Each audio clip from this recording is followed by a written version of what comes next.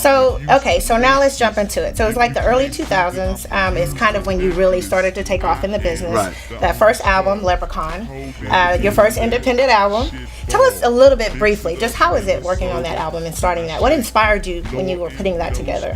Well, I formed a group called HSC, Hustlers Stacking Ends. You know what I mean? We put that out in 1999. But the fans, they wanted a Lil Flip solo album, right? So, you know, it was just crazy. So I was recording that album when I was doing the group album, right? And we finished the group album, then I'm like, you know, working back and forth, you know, from the music to the streets, like bouncing back and forth, just trying to figure it out, like how exactly I wanted to sound, because I'm from Houston, so you know, I'm always embodied you know, our culture, you keep know, that southern kind of right. But I also listen to other music, so in my mind, I'm like, okay, I'm gonna make like 40% for, you know, my culture, my core fan base, and the rest, you know, I jam East Coast music, West Coast music. I like storytelling. I like being lyrical. You know, I don't like talking about candy paint on every record. Right. But I do, you know, Represent. make sure I do it on, you know, most of my records, and especially if I do a feature, I'm always, for sure, you know, let them know, you know, Texas till I die, and let them know that we also got lyricists out here that can spit. So, you know, gotta balance. So basically, at some point,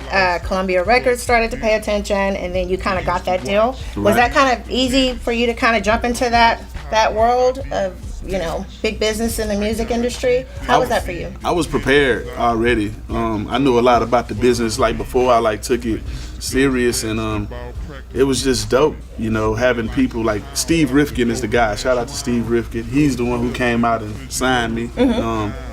He knew about the culture, you know what I mean? Okay. And they just respected what we did, and they let me do me. You know, they let me be me, because sometimes people try to change you, like, oh, you need to work with this producer, you need to change your sound. Yeah, like they was just like, do what you've been doing, and we just want to, you know, we might say, hey, what do you think about working with these guys, you know, but other than that, do you. So you did do Underground Legends, right? Underground, I am. The album sold, what, about 68,000 the first week it was dropped? Underground Legends, something like that? Well, it was a double album, so double albums count 2 times. See, SoundScan will tell you one thing, but like when you independent, it's a lot of stores that don't have it. Oh. So according to SoundScan, it showed that. Right, but it's actually more. It really did like 130. Wow. And you times that 2 because it's a double. So very impressive. You got later went platinum. 260. Right.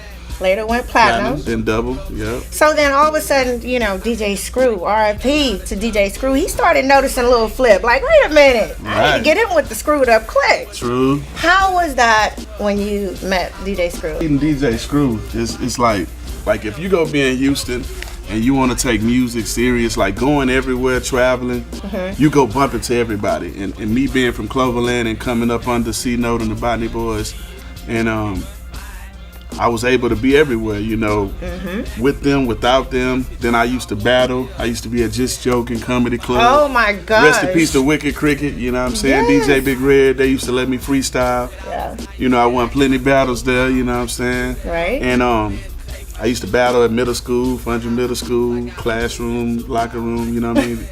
You just don't seem like the battle type. You seem more of like the, you know, the smooth, you know, I can't I'm a ninja. You know, the ones that are like quiet and silent, those are the ones you got with the little baby face and innocent look. Yeah, like, until it's time, until Chucky is time to, you know, come out.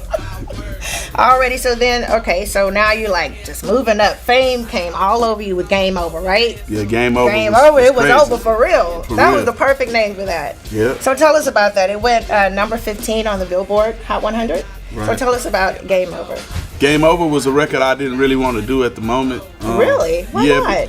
Because at the time, Benny Siegel, he had a record called Mac Man, where he rapped over the Pac-Man beat, and then T2, they had a record from Houston with Slim Thug and DJ on GT. That beat. Right, and so it was just like, even though a sample is a sample, you know what I mean? But as a person that prides itself off of being original you know, like if you go do a remake of something, you kind of want to let some time pass. True. So I'm like, you back, yeah. Right. So I'm like, I really don't want to rap to this beat. Like they tried to get me to rap to that beat for so long. The A&R was like, man, would you go rap to the beat? I'm like, no.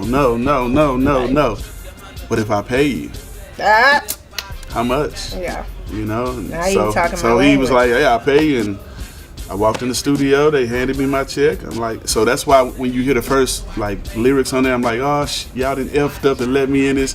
I was trying to curse, Right. you know, so it wouldn't be a hit. You know what I mean? Oh the my best God. way. So you trying to make it not be a hit? Right. It ended up being that way. Didn't work.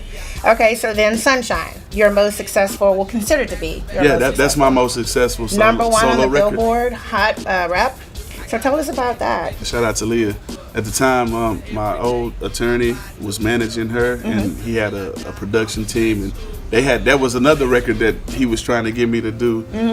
Like Game Over and Sunshine were the two last records that I did for my album, like the last two. Right. And those records were like around me for like a year. Yeah. And I was like I like the Sunshine beat, but I was so used to, like, you know, I create all my hooks. You know, I usually tell the singer, hey, this is what I want. Or, you know, or I'll go in there and do it on my own. Really? And have them do it because I can sing too. I know my range. And the way we kind of had that little singing going on. Right. So I know my range, and I know how to not overdo it. But yeah, the record was crazy, and the beat was like, it reminded me of some West Coast, you know, vibe. And I got a lot of family that's in Cali. Oh, okay. So, you know, I said to myself, you know what?